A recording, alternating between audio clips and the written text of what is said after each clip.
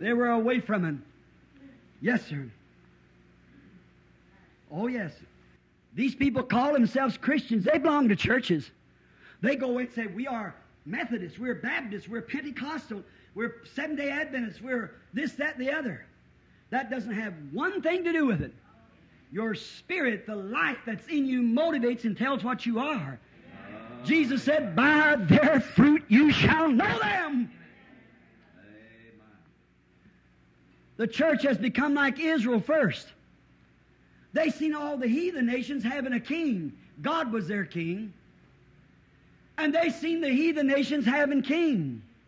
So they wanted to act like the heathen nations, and they bought themselves a king.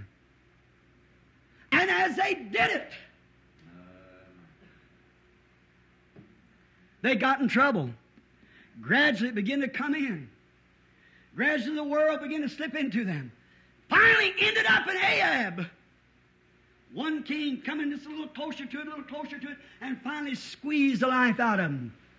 And there they went, and when their real king come, they didn't know him. That's the same thing the church has done. It's adopted. Here you are. It's adopted politics, educations. It's adopted organizations, society, big churches. Amen. High-fluting preachers. And when the real king comes, they don't know him. And they're crucifying the very Holy Ghost that's their king. Help us, Jesus. They don't know him. Hallelujah. But they laugh at him and make fun of him as the Jews did their Messiah. The church is doing their Messiah the same way. Amen. They don't know it. They haven't got the spiritual insight because they're so indoctrinated with their eyes and what they see, great buildings, trying to compare with the world. We're never exhorted to compare with the world. We're exhorted to humble ourselves, and one is a majority in God. And today in the healing evangelists out on the fields, there's such a competitors. One says, well, bless God, I have so many thousand. I got a bigger meeting than you have. What difference does that make? If we have 1 or 1 million, what difference does it make? Are we true to God? Are we true to His Word? Do we stand under test of the Holy Spirit? Is it true? That's the main thing. But we compromise upon the Bible. A lot of our Pentecostal people upon the fundamental doctrines of this Bible compromise. I don't want to hurt feelings. I'm in my own church. And I feel that I could do just what in my church because I'm preaching the gospel. But there's tens of thousands of Pentecostal preachers know that there's no such a thing in the Bible as a baptism in the name of Father, Son, Holy Ghost. I challenge the Archbishop or anybody to show me where anybody was ever baptized in the name of Father, Son, Holy Ghost. Amen. But they compromise because these organizations has did so. There's not one person in the New Testament and for 300 years afterwards of history of what was baptized in the name of Jesus Christ. Amen. What is it? Organization.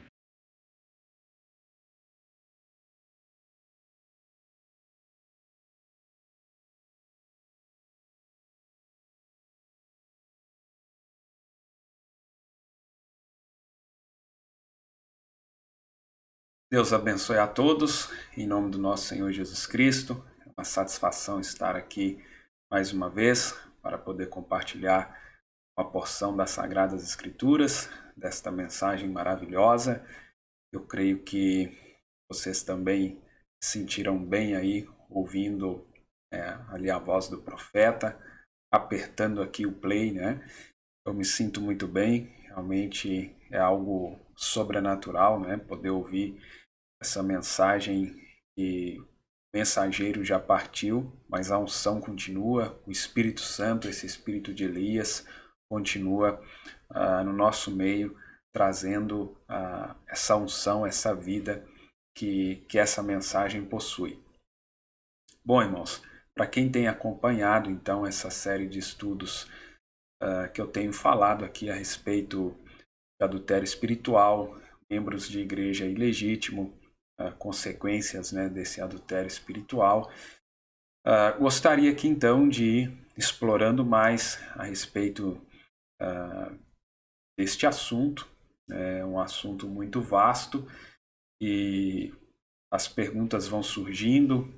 Existem pessoas, né, que para eles muito do que nós temos trazido aqui é novidade, é algo que não foi assim ensinado, explicado. Como eu já mencionei aqui, eu mesmo sou como a maioria de vocês, também não aprendi assim. Vim também, né, nessa tradição que a maioria de nós viemos. As coisas, quando nós fomos examinar nas Escrituras, estava completamente diferente da realidade, daquilo que é o modelo, daquilo que é o padrão bíblico.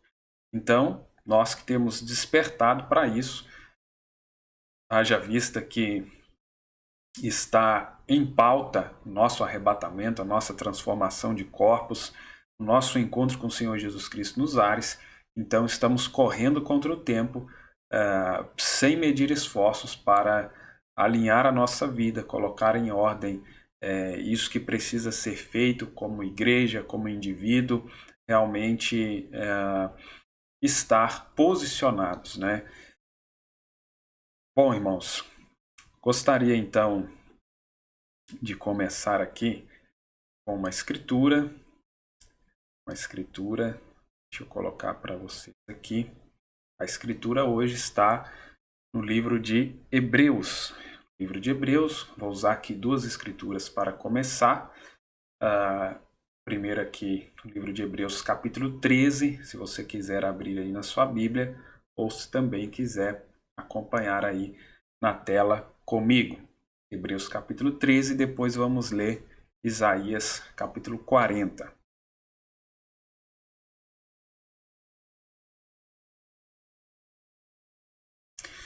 Hebreus capítulo 13, verso 20 e 21, a Bíblia diz assim: Ora, o Deus da paz, que mediante o sangue da aliança eterna trouxe de volta dentre os mortos o nosso Senhor Jesus, o grande pastor das ovelhas.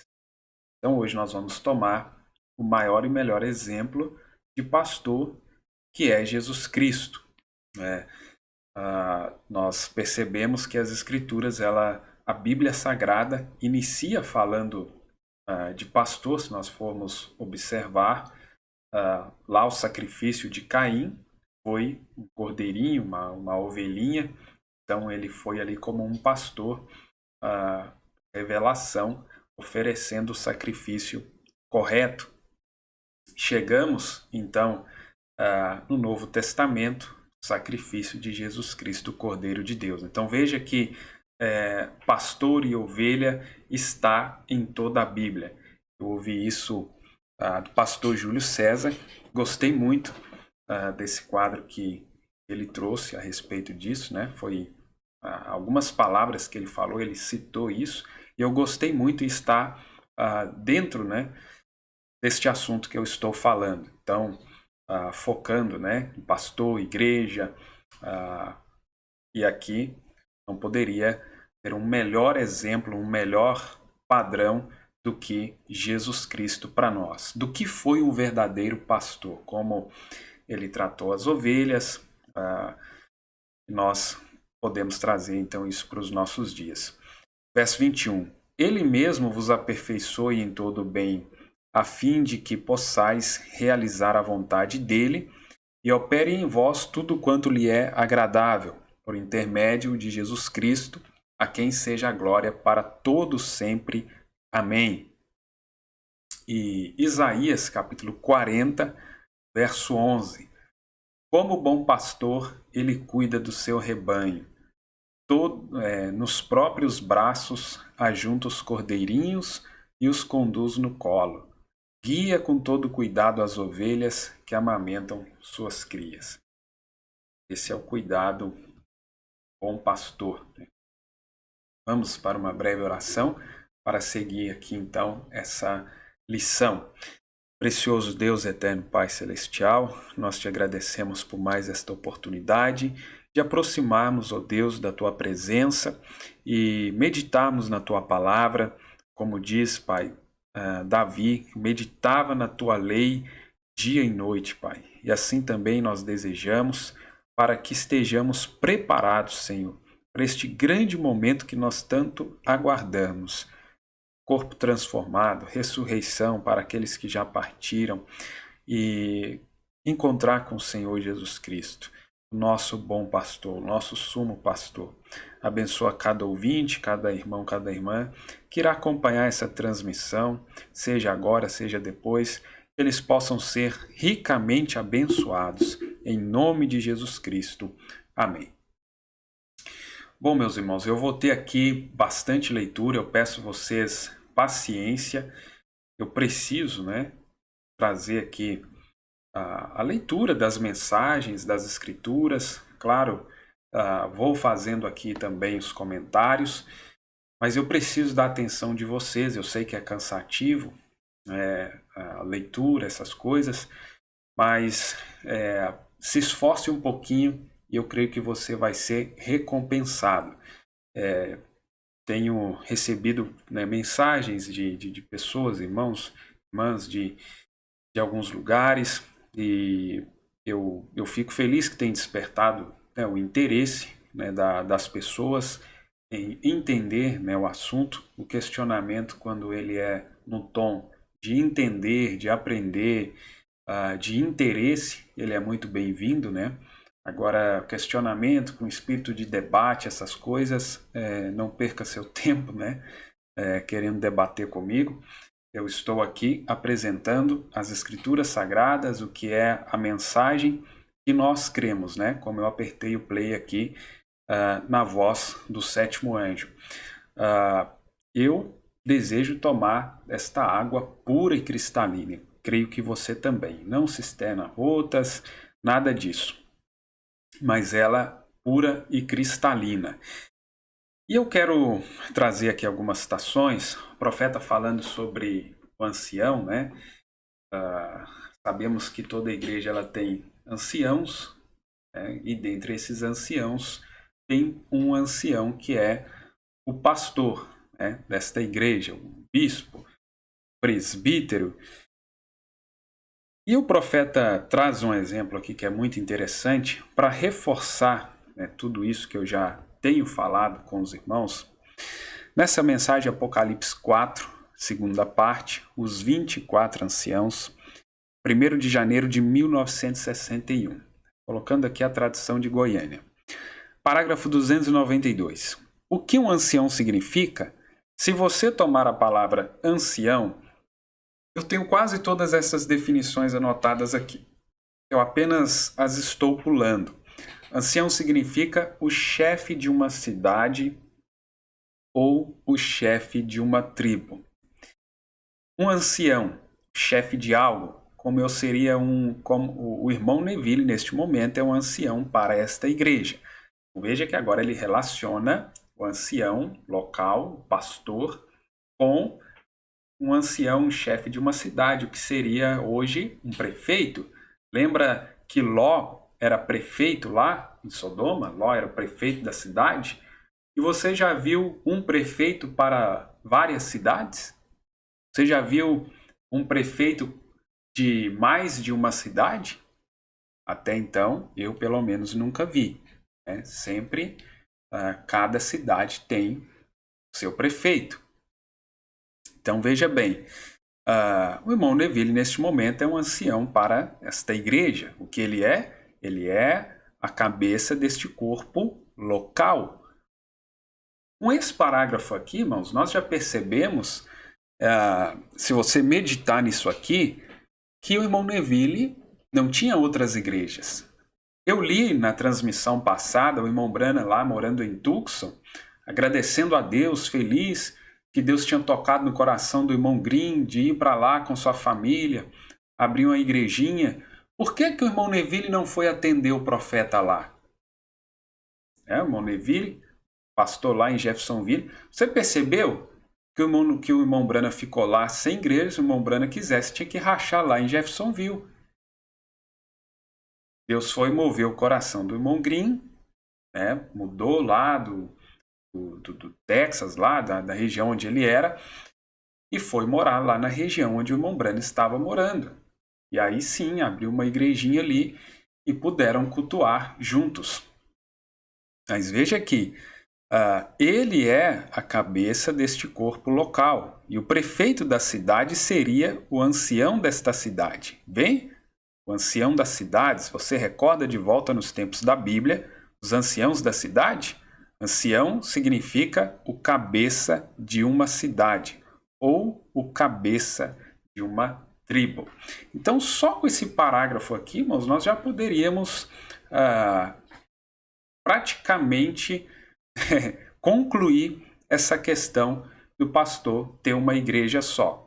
Haja vista as várias citações, né, as demais citações que eu já trouxe aqui, que já nos trazem uma base sólida a respeito disso, mas vamos trazendo mais elementos a respeito disso. Agora vamos voltar um pouco aqui na exposição das eras da igreja, em alguns personagens aqui que foram muito importantes, né, na história do cristianismo, e que temos algumas coisas aqui que nós precisamos voltar, né, neles e entender que esse problema, né, essa questão do sistema, essa questão de mesmo pessoas, né, como Policarpo, como nós vamos ler aqui, com um testemunho tão sobrenatural como era Policarpo, tiveram a tendência de se inclinar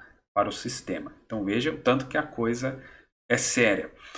Então vamos voltar aqui, vamos para essa leitura da exposição das eras da igreja. Veja bem, página 92, se você quiser acompanhar no livro. Usando nossa regra dada por Deus para escolher os mensageiros de cada era, sem hesitação declaramos que Irineu foi exaltado pelo Senhor a essa posição. Ele foi discípulo daquele grande santo e guerreiro da fé, Policarpo. Olha só. E não há dúvida de que, enquanto assentava-se aos pés desse grande homem, ele aprendeu as virtudes cristãs que fluíam de sua vida consagrada, pois Policarpo foi um dos santos verdadeiramente ilustres de todas as eras, quando observado à luz de uma vida irrepreensível. Você recordará de sua própria leitura que Policarpo foi martirizado, velho demais para fugir e um homem sincero demais para permitir que outro o escondesse e depois sofresse a pena por agir assim.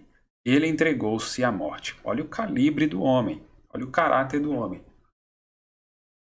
Estamos falando de Policarpo. Mas antes de fazê-lo, pediu e lhe foi concedido permissão para orar 2 horas por seus irmãos no Senhor, pelo governador, por seus inimigos e seus captores. Olha, irmão, orou pelos inimigos, orou por quem capturou ele, como os grandes santos de todas as eras, e desejando uma melhor ressurreição, né, essa primeira ressurreição, ele permaneceu firme, recusando-se a negar o Senhor, e morreu com uma consciência limpa. Ele foi posto junto ao poste, desamarrado por seu próprio pedido, e o fogo foi aceso. O fogo desviava-se de seu corpo, recusando-se a tocá-lo. Ele foi então transpassado com uma espada. Quando isto foi feito, a água jorrou de seu lado, abafando as chamas. Seu espírito realmente foi visto partindo na forma de uma pomba branca liberada de seu peito. Entretanto, apesar de todo este grande testemunho, este estudante de João, né, João, o apóstolo, revelador, não foi um militante contra o sistema nicolaita, pois ele próprio inclinou-se à organização, não percebendo que o desejo de companheirismo e o que parecia ser um bom plano para fomentar a obra de Deus era realmente um ardil do inimigo. Com Irineu não foi assim. Ele militou contra qualquer forma de organização. Além disso, a história de sua vida, na qual ele serviu ao Senhor, foi de muita manifestação no Espírito Santo, e a palavra era ensinada em comum clareza e conformidade com seus preceitos originais. né? Com seus preceitos originais. É importante a gente destacar isso aqui.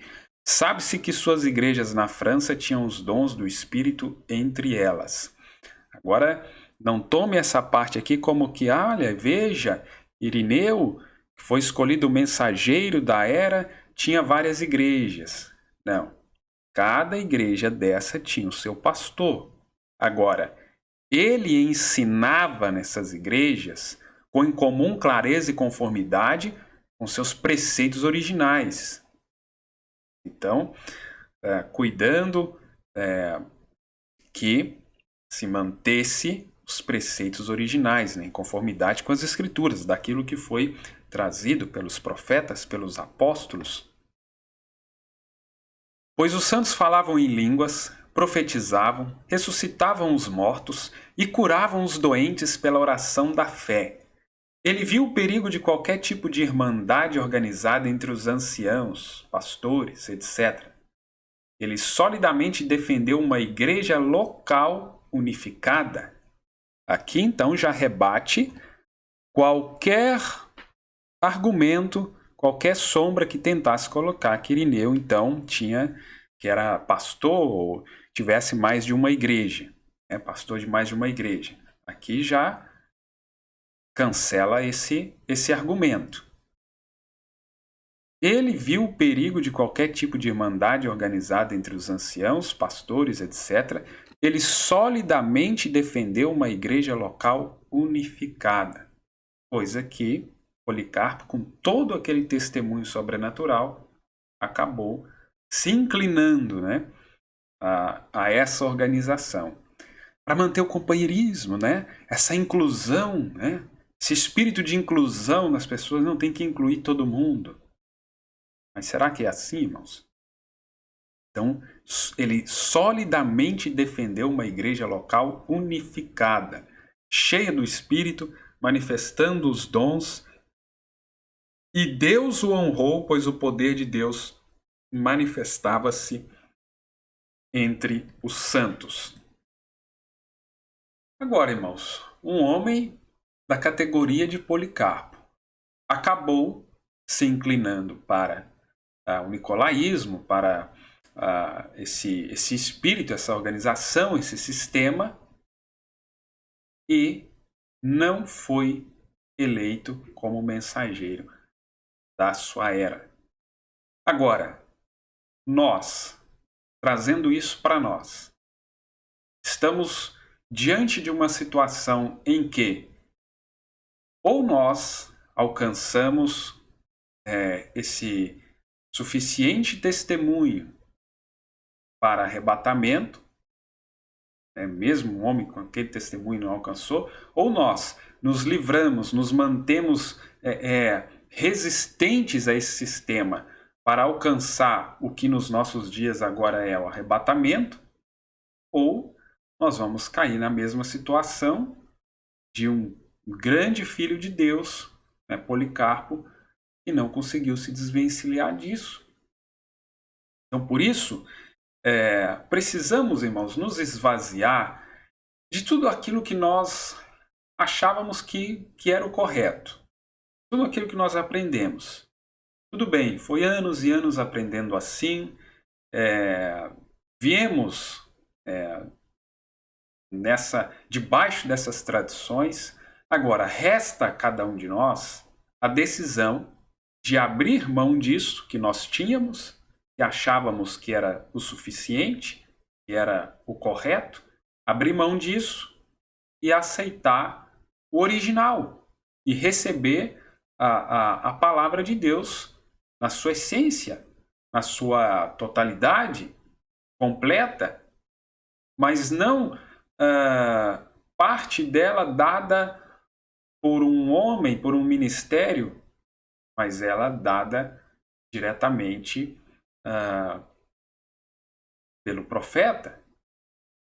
E o profeta nos entregou a palavra da maneira como Deus entregou para ele.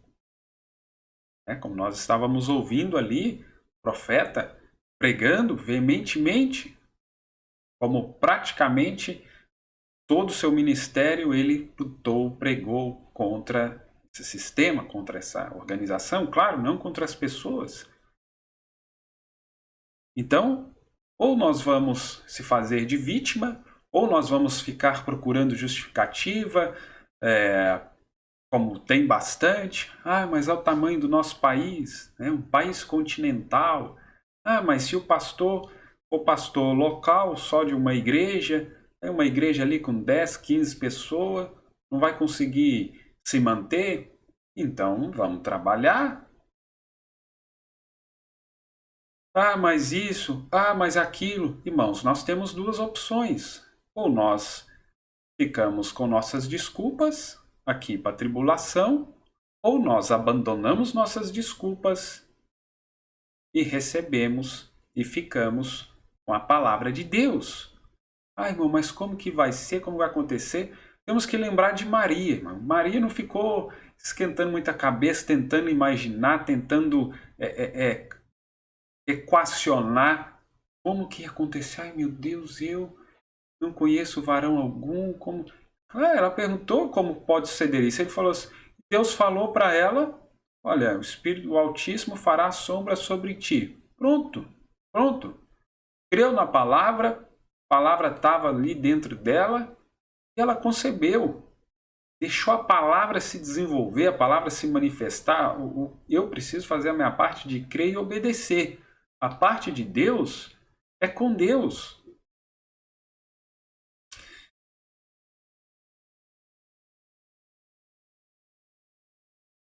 Vamos voltar aqui então às eras. Apocalipse 2, verso 15. Assim tens também os que seguem a doutrina dos nicolaítas, o que eu aborreço. Você recordará que eu salientei na era de Éfeso que a palavra nicolaíta vem de duas palavras gregas, Nical, que significa conquistar, e Lau, que significa os leigos. Nicolaíta significa conquistar os leigos. Agora, por que isso é uma coisa tão terrível? É terrível porque Deus nunca colocou sua igreja nas mãos de uma liderança eleita que se move com mentalidade política. Ele colocou sua igreja aos cuidados de homens ordenados por Deus, cheios do Espírito, que vivem da palavra, os quais guiam as pessoas alimentando-as da palavra. Ele não separou as pessoas em classes para que as multidões sejam dirigidas por um sacerdócio santo. Verdade que a liderança deve ser santa, mas assim deve ser também toda a congregação. Por que, irmãos, é importante nós entendermos, né, claro, o funcionamento da igreja através do sistema de Deus, através do plano de Deus, e também se atentar para a importância de um pastor, né? Eu falei ali anteriormente, usando a fala do pastor Júlio, no início da Bíblia nós encontramos ali pastor e ovelha, e seguimos até Jesus também, pastor. Ele foi tanto pastor como foi também o Cordeiro de Deus, né, que tira o pecado do mundo. Por que é tão importante? Porque, irmãos, dificilmente a nossa fé vai ultrapassar a fé do nosso pastor. O entendimento, a revelação. E se tratando de fé de arrebatamento, aí vem essas preocupações. Então, se eu tenho um pastor que, primeiro, não é um pastor, é um evangelista, ou é um pastor, mas não se contenta com uma igreja só, então está errado em sua doutrina. Adultério espiritual, fornicação, prostituição, enfim, imoralidade, enfim, tá? Está errado. Então, dificilmente, você estando naquele ambiente, e aí aquilo tem uma unção, você vai estar sob aquela influência. E hoje, irmãos, com esse cenário que existe no nosso país, dificilmente, para não dizer impossível, algum desses pastores que já tem no momento vão abrir mão dessa tradição que se tem para se submeter a essas realidades escriturísticas. Dificilmente, para não dizer impossível. Então é só começando do zero, irmãos. Você pode sair da A para B, para C, para D. O máximo que pode acontecer é tocar em algum desses assuntos para como disse o irmão, trazendo sobre os tipos, né, dos ungidos dos últimos dias. O máximo que pode acontecer aí falar de algum desses assuntos, de algum desses tópicos, para que as pessoas tenham a sensação de que está pregando essas coisas e tal, mas não vai mudar. Não vai mudar, só nascendo de novo. Não vão abrir mão desse modelo tradicional que se tem. O primeiro motivo é o financeiro, como todo mundo sabe. O primeiro motivo é esse. E depois poderíamos apontar outros motivos. Mas não vai mudar. É só começando do zero. Então, trazendo aqui esses assuntos para encorajar, para ajudar, para esclarecer, porque uma das perguntas que surge, e agora, né? Já veio esse tempo todo assim, agora como é que vai fazer? Já se comprometeu com um grupo lá, com um grupo aqui, agora como é que vai fazer? Então vamos ver pelas Escrituras como fazer. Agora, muito poucos vão realmente tomar decisão. A maioria das pessoas vão ver, é verdade, realmente, mas tomar decisão, mas atitude em relação a isso, poucos vão fazer. Porque você precisa sair da zona de conforto, você precisa ir para a linha de enfrentamento. A maioria, obviamente, não quer. Então, vamos lá, página 225, posição das eras. Apesar do constante ensinamento de Lutero contra a interferência externa em assuntos da igreja local. Então, Lutero também lutou contra isso. Até porque ele já veio desse sistema católico que foi aí primeiro a inaugurar, a trazer todo esse sistema nicolaita e etc. E acabou que hoje as igrejas da mensagem estão no mesmo sistema da igreja católica. E se na igreja católica eles se reúnem lá, os cardeais, o papa, os padres, sei lá, para poder escolher se a pessoa vai ser o cardeal, se vai ser o bispo, arcebispo. Nas igrejas da mensagem também não é diferente, Não é o povo que faz essa escolha, tem que ter alguém, tem que ter um bispo, tem que ter a credencial do ministério tal, para ser elegido, Como eu estava vendo pastor falando, dos ministros, que foi ele que gerou, que foi ele que enviou, que foi ele que fez o fulano ministro, ele que fez o ciclano ministro. Por isso que a gente tem o que tem hoje, Não foi Deus que levantou aqueles homens e muito menos a igreja que reconheceu que Deus levantou aqueles homens para o ministério. Não, foi aquele homem que escolheu, esse, aquele, quero esse, não quero aquele.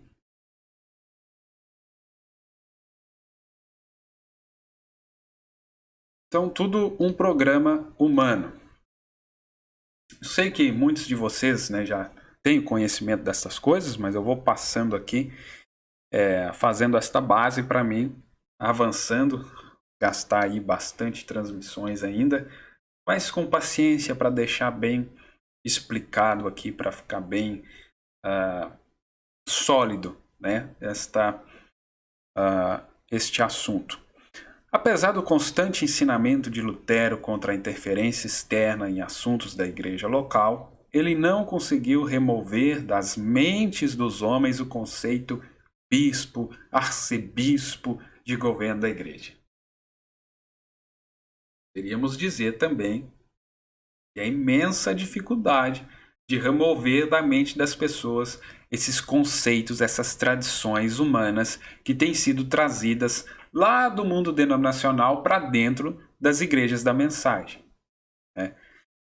Desse modo, a igreja deu um passo na direção correta, mas ainda permaneceu algemada, por isso rapidamente ela estava de novo aprisionada no mesmo calabouço de onde tentara escapar.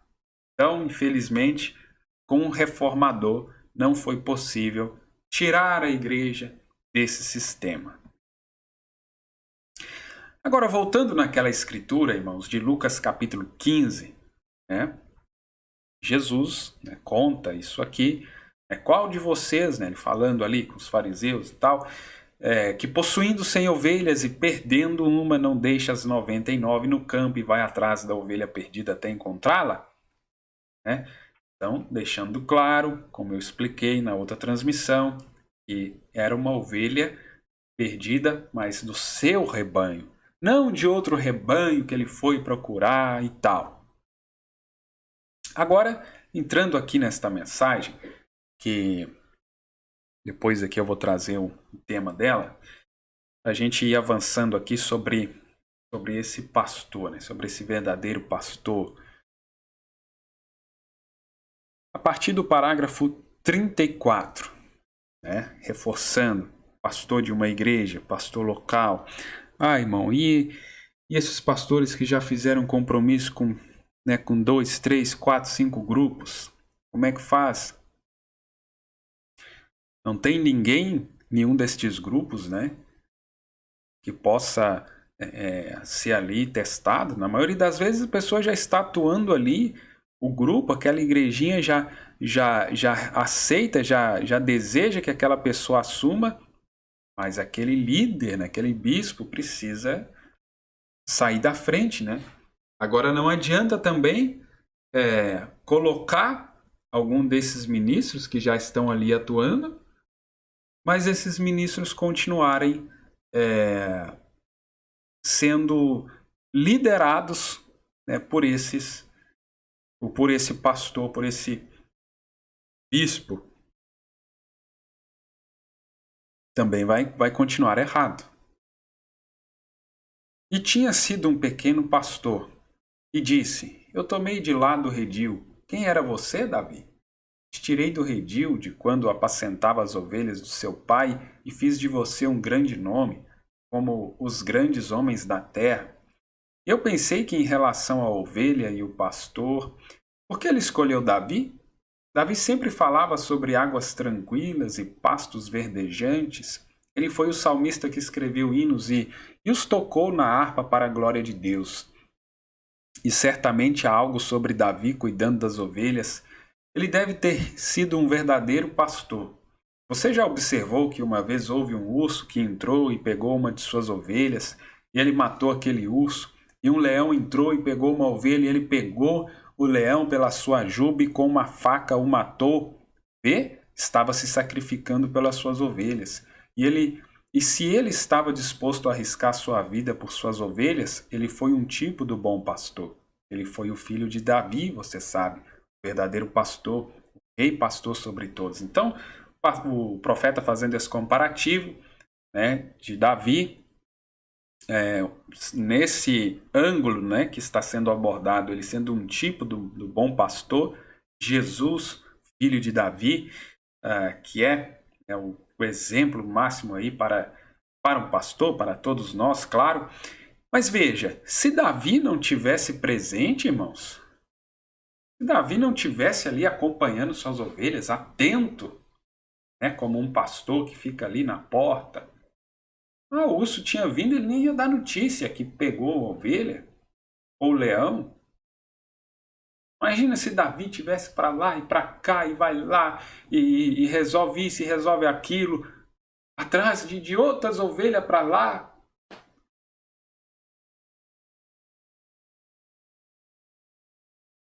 E além de ovelha, tem pastores de outros animais também, Se tivesse recuperando uma ovelha ainda ia, mas e quando nem ovelha é, né? E quando é bode? Ou outro tipo de coisa? Então veja que Davi estava ali atento, participando, presente, cuidando do seu rebanho. Na verdade, ali o rebanho do seu pai, né? É um tipo perfeito, né, de Jesus, cuidando das ovelhas do seu pai.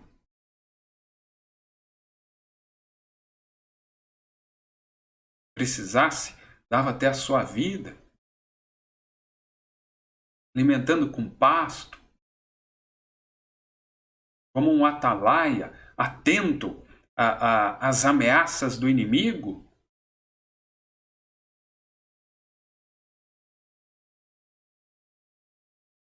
Então, estamos vendo aqui o trabalho de um verdadeiro pastor.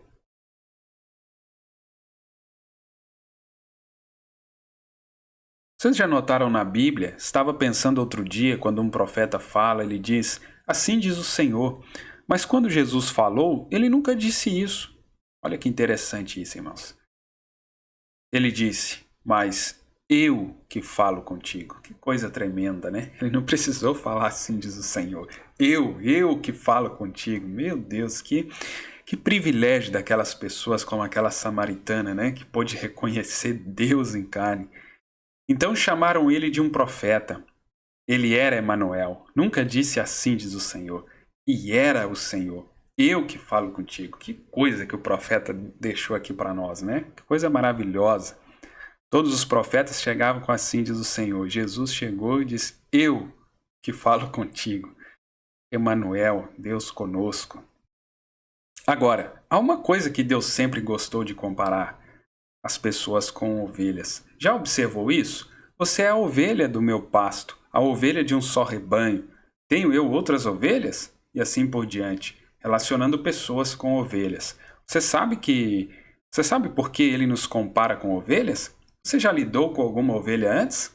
Elas têm certa educação. É uma educação divina para aprender acerca das ovelhas. Eu já criei e pastoreei esses pequenos animaizinhos.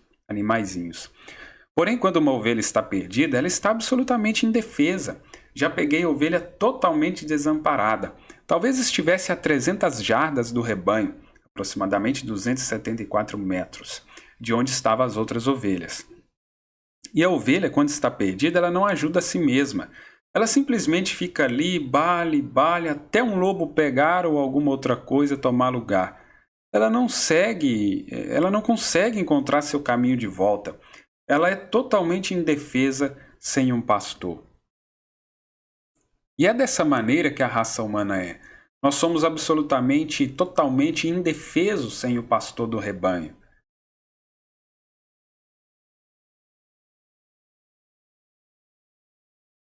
Não podemos encontrar nosso caminho de volta. Tentamos educar nosso caminho de volta, temos tentado corrigir nosso caminho de volta,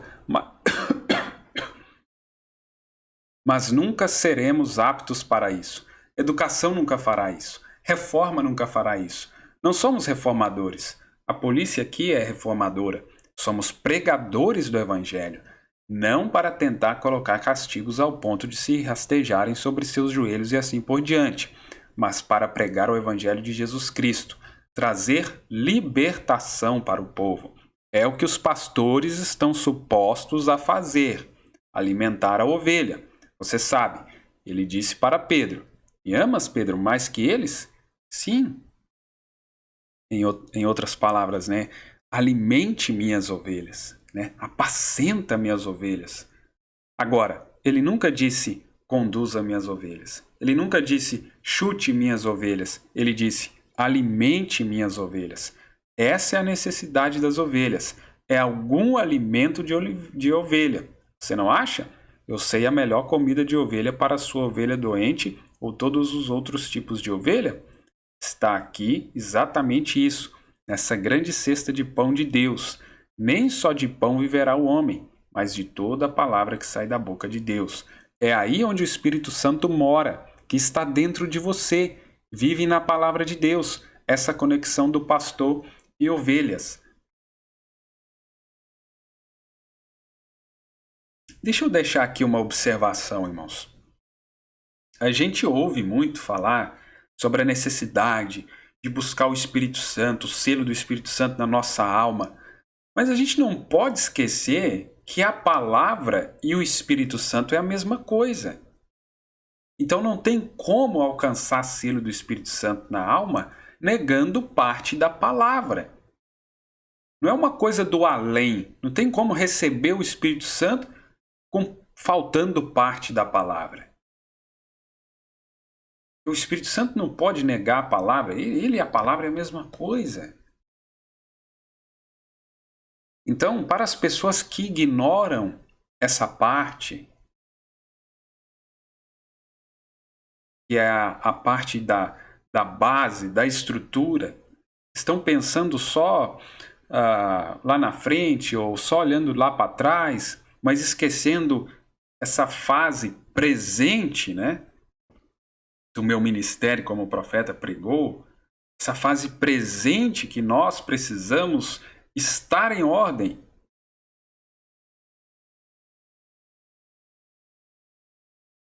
Aí fica difícil.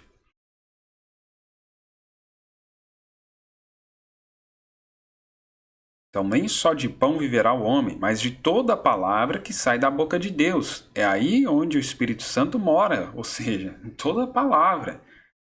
Toda a palavra está dentro de você, vive na palavra de Deus. Essa conexão do pastor e ovelhas. Uma vez, quando eu estava lá no Oriente, eu aprendi uma grande lição. Aí ele cita aqui São João 10, eu vou trazer essa escritura aqui. Jesus falando, né? Eu sou a porta para o redil. Eu muitas vezes me perguntei como poderia ele, sendo homem, ser uma porta, mas quando eu estava lá, eu aprendi o que isso significava. Como o profeta esteve lá, ele pôde ver isso mais claramente. O pastor conduz suas ovelhas até o redil e eles têm um portal que eles entram lá. E quando ele coloca todas elas lá dentro, portanto, depois que todas estão lá dentro, então ele conta elas. Se uma está faltando, ele vai atrás dela e a pega. Ele tem que trazer ela. Todas as ovelhas têm que ser contadas a cada hora do dia. E veja o acompanhamento aqui que o pastor tem com as ovelhas. O que o pastor é? Ele tem que dar conta por cada ovelha, cada hora do dia. Não importa onde você esteja. Ele sabe onde você está. Claro que aqui o profeta vai trazendo, né, a questão do nosso pastor, Jesus, né, cuidando de cada alma, sabendo de cada alma, de cada ovelha desse rebanho. E outra coisa também, irmãos, que eu queria chamar a atenção, é que isso aqui é para ovelhas. Né? Ovelha come o alimento de ovelha, que é o que o profeta disse ali, esse pão, né? Esse pão que Jesus disse ali em Mateus capítulo 4, né? Comer toda a palavra de Deus, esse pão que Jesus fala ali no Evangelho de São João capítulo 6, que ele é o pão vivo que desceu do céu.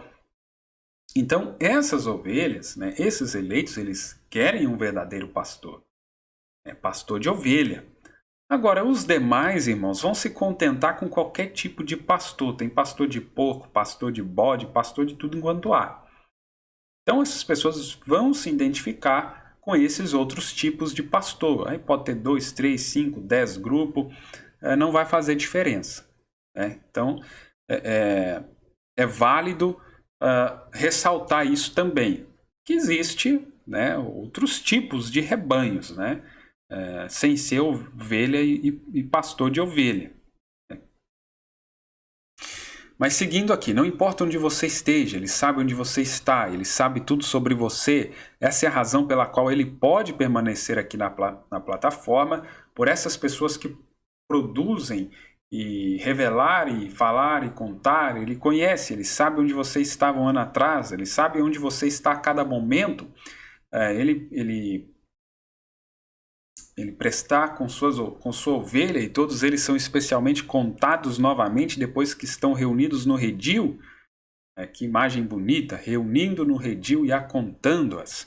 E então depois que ele as tem todas contadas, e elas estão todas deitadas, o pastor vai para o lugar por onde elas entram e se deita naquele lugar. Então nenhum lobo pode entrar, nenhum ladrão pode entrar, nenhum dano pode vir e entrar a não ser que passe pelo pastor primeiro.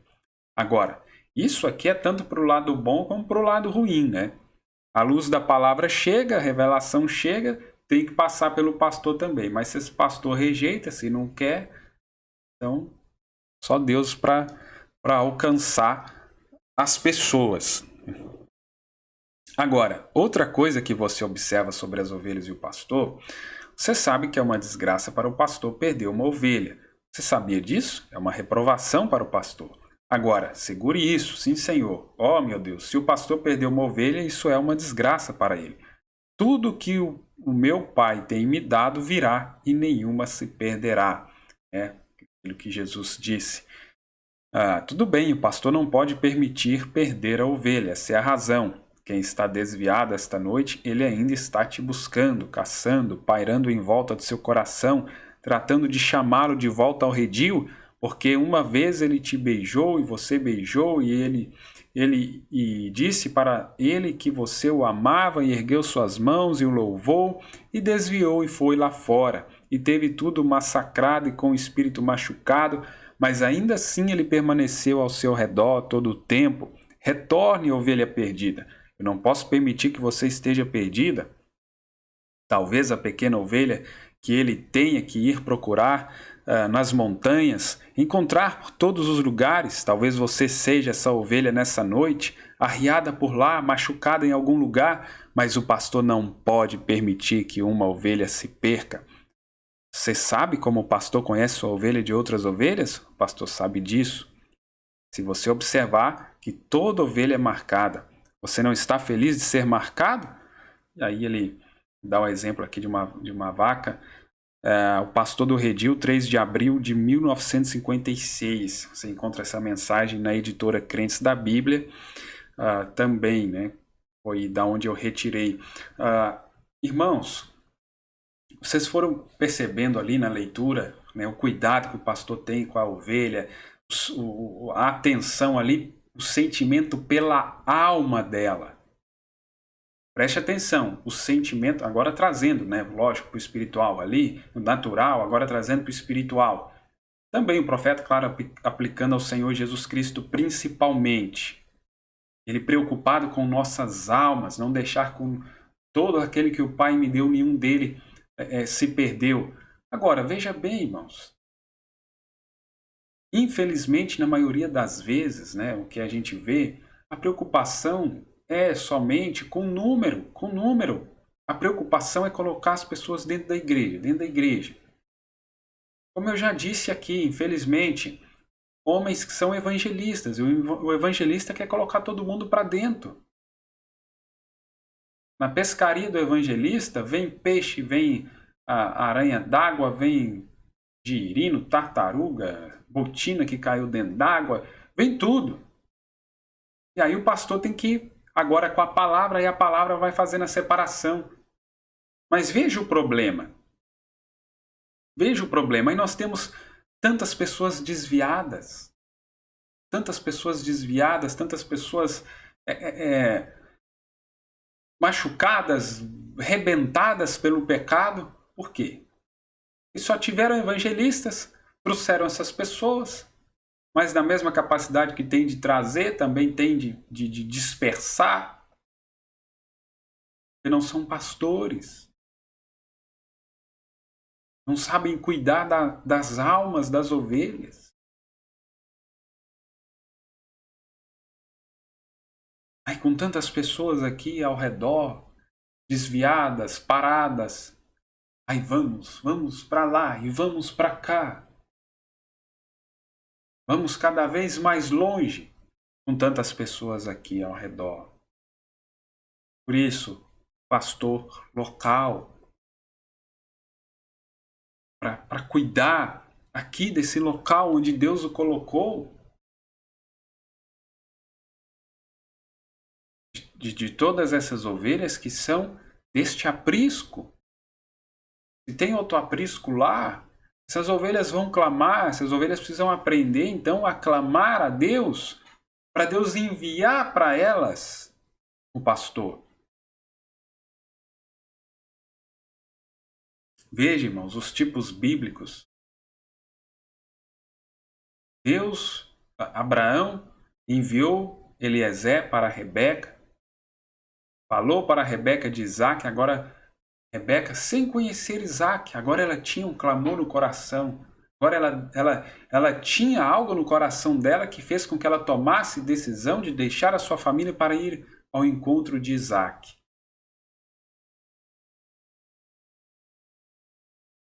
Primeiro, escolheu uma noiva. Olha, o profeta pregou escolhendo uma noiva.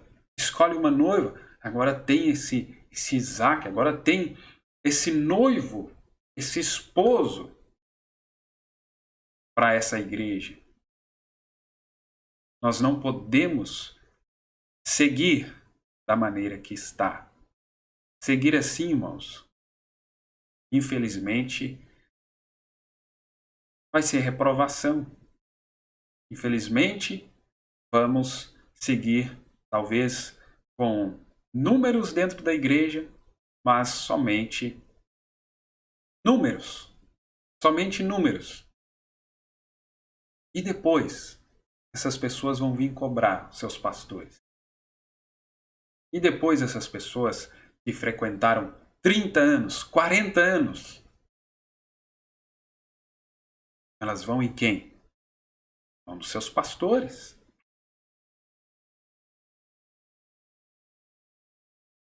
Prometeram para elas o céu, o arrebatamento, isso e aquilo. E agora? Ficaram para a grande tribulação. Então, meus irmãos, é algo muito sério que nós precisamos dar a atenção devida para isso, para que nós realmente não percamos, né, esse trem, né, que está em movimento, e nós não avançarmos agora, provavelmente não teremos outra oportunidade para avançar. Meus amados, eu vou terminar aqui. O objetivo era não passar aí de 1 hora, para que, né, fique menos conteúdo, menos tempo, né? A gente sabe que muita correria para todo mundo e fica difícil, né, conseguir acompanhar muitas horas de transmissão. Então, creio que essa porção aqui vai ser de bênção, e Deus permitindo, ainda nessa semana, eu venho aqui em mais uma transmissão para trazer mais uma porção, e assim vamos explorando esse conteúdo, vamos cavando para realmente alcançar essa fonte, né? Essas águas, essas preciosidades que estão fundo, né? Não estão no raso, precisamos cavar fundo. Que Deus os abençoe, em nome de Jesus Cristo. Se você gostou, se foi bom para você, e sabe de alguém que pode também se alegrar com essa porção da palavra, então compartilhe, deixa aí o seu like, e se não é inscrito ainda, se inscreva. Grande shalom e até a próxima, em nome de Jesus Cristo.